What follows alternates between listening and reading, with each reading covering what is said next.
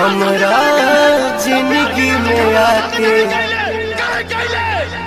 इतना सपना देखा के कहाँ गइलू जान,